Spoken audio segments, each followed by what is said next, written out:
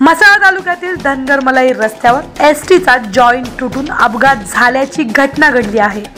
या अपघातामध्ये शाळकरी विद्यार्थ्यांसहित 17 प्रवासी चालकाच्या प्रसंग अवधानाने थोडक्यात बचावली।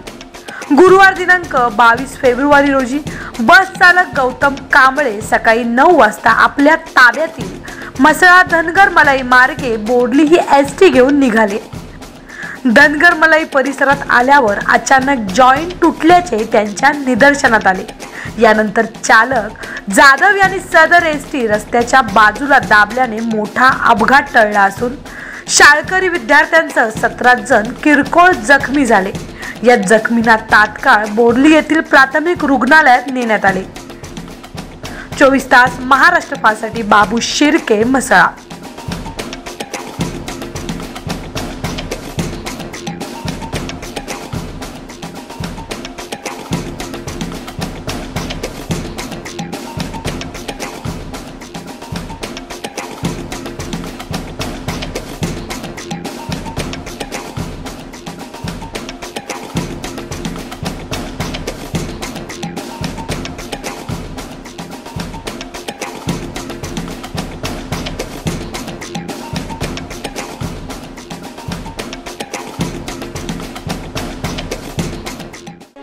ताज्या व ठळक बातम्यांसाठी आज चॅनल सबस्क्राइब करा।